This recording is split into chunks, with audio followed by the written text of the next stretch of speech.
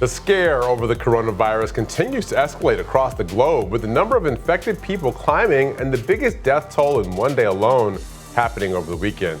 Nearly 100 people in China died from the virus on Sunday. People are back at work from the Lunar New Year holiday, though they are still being urged to stay home. And on a lighter note, for all the cinephiles out there, history was made last night at the 92nd Academy Awards.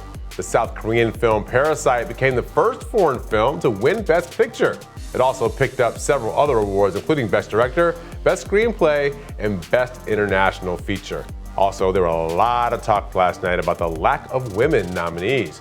As for 2020, Democrats have been campaigning around the clock in New Hampshire ahead of the primary on Tuesday. Over the weekend, the DNC declared Pete Buttigieg the winner in Iowa, and though the South Bend mayor would love a twofer, polls show Bernie Sanders leading the pack, and polls are showing Vice President Biden sliding and Senator Amy Klobuchar on the rise in the Granite State.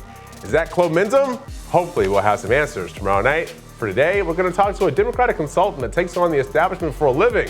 He'll tell us what people are saying who don't live in D.C. or New York. I'm Jamal Simmons, and here's why you should care.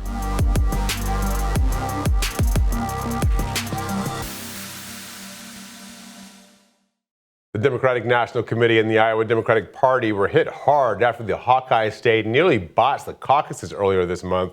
And now the New Hampshire primary is tomorrow, Nevada in a couple of weeks, and South Carolina at the end of the month. Here to talk about what to expect in the next few weeks and how the party will recover from a primary process getting more bruising by the day is John Rowley, founder and president of Counterpoint Messaging. John, thank you for joining us. Jamal. So listen, John, we saw this debacle in Des Moines is what I've been calling it. What happened? How does the Democratic Party sort of regain its footing after fumbling the start of this game? Well, I mean, some clarity would be helpful, but we're a long ways away from clarity. Yeah. So we've got confusion instead of clarity. And I think part of the dynamic that we got used to around 2000, 2004, past presidential elections, where the first couple wins just create these dominoes, that's not the paradigm anymore. Whether it's due to online fundraising, the left versus moderate battle within the party, or just, social media. Just there's more information out there, and I think there's just not going to be that win in Iowa that allows the dominoes to fall like happened for Gore and John Kerry back. So I have a theory about this. I think it has to do with establishment candidates versus insurgents, right? If the establishment candidate wins early, the dominoes fall fast. If the insurgent candidate wins early, he or she still has to gut it out for a much longer process to clinch that nomination. Look at what happened to Obama in 2008. Obama was that insurgent candidate, and Hillary Clinton just wasn't going to let go of the prize. Right. Neither did a bunch of the folks who endorsed her. Yeah, well, and also when you've got somebody in ninth place who raises $20 million, I mean, it used to be, when would your presidential campaign end? When you ran out of money. Now, what happens if people are not polling well, but they still have money?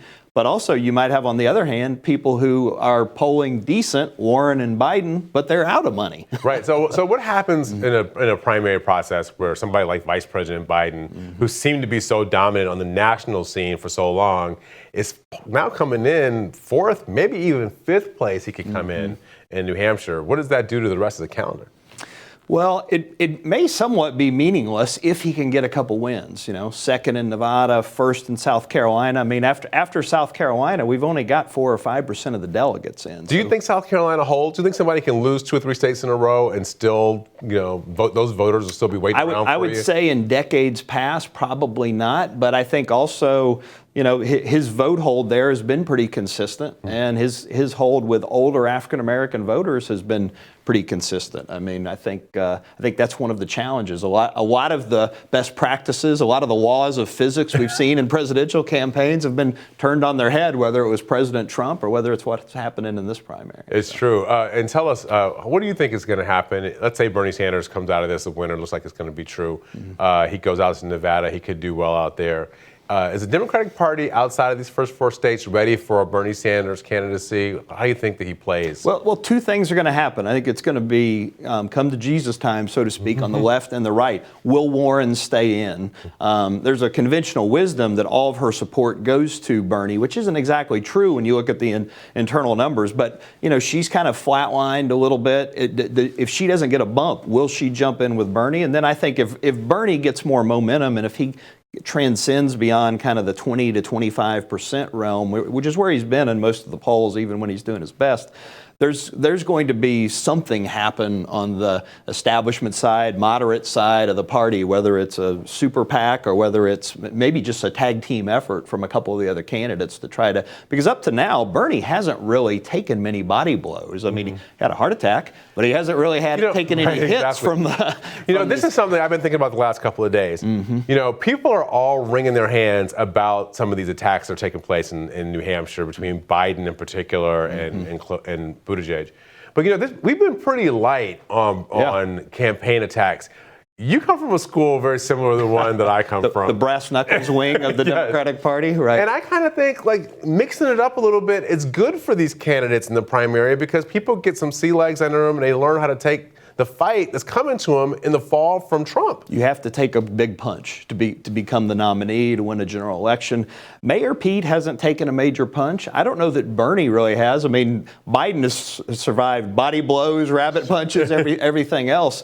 But it's also hard in this dynamic where you've got 5, 6 candidates that 60, 75% of the electorate likes. Right. It's almost like a crowded local mayor's race where if you attack somebody, now that may have an impact, but it may hurt you, them, and help a third party who's not part of that attack. It's almost like somebody's got to go John Edwards. Remember in 08, John Edwards decided to attack Hillary Clinton, which really just benefited Barack Obama. Yeah. The question is, who's going to sacrifice himself on the altar to go after somebody else? And maybe that's what gets it started.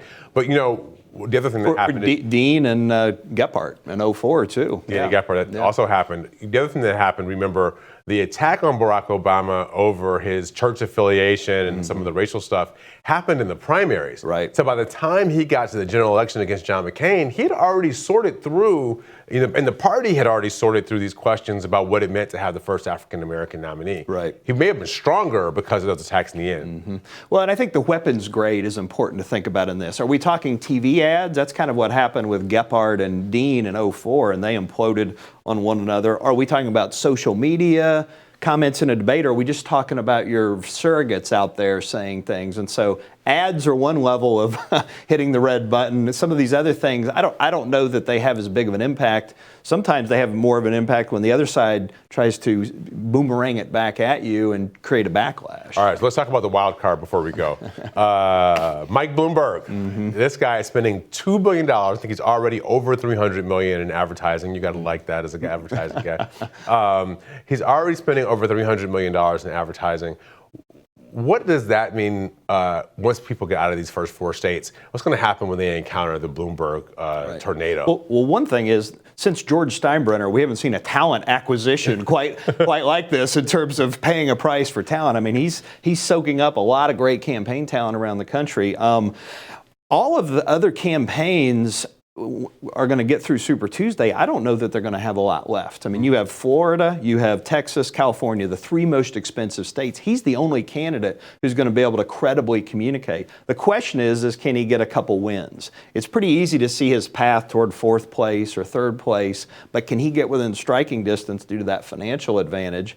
And while the other campaigns really aren't going to be able to communicate in a major way, especially in those most expensive states. So maybe Bernie can, because he seems to be the only person who's got an unlimited stream of funds coming in his campaign. He might be the only person who can still. He's got a little bit more, but I don't know that he's going to be able to. I mean, you're talking about states where you need $10 million, $5-10 million a week just to get your message out in a paid. Okay, so here's a question. Bloomberg's saying that he's going to double the campaign spending that he's already spent. $300 million he's already spent digital and television and radio.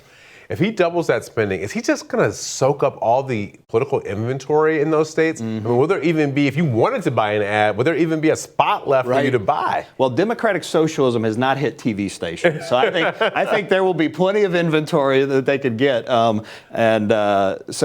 think there'll be inventory for everybody else to get. I don't think that's going to be a problem. I mean, even when you have super PACs in the general election, rarely do they totally run out of inventory. And, he's got an interesting ad up with Obama saying good things about him from various speeches. And so, advertising is not dead in campaigns, despite what some people said. But at the same time, the activist base, the social media base, even the Twitter sphere base, how he's going to do in some of those other areas, how he organizes in addition to just advertises, what I think will be important. If he can, he's going to get some momentum. He's getting some momentum. He's got into kind of the second and a half tier, but to break into that first tier, he's going to have all phases of the game. And lastly, do you just, as you do a lot of work with candidates up and down the ballot, do you see any one of these candidates being particularly helpful or particularly hurtful to any of the other candidates that could be running? Well, I think a lot of Democrats have visions of sugar plums in their head that Michael Bloomberg will just keep spreading money around to everybody. I think among Uber progressives, it's the end of the world as you know it if we nominate a moderate. I think among moderates, there's the same thing. It's not going to be the end of the world as we know it probably either way, but there's a ton of fear of loathing out on the campaign trail, that's for sure. Thanks for watching Hill TV on YouTube. Be sure to click subscribe and hit the bell so you know when we post new videos, and head to thehill.com for all the latest political news.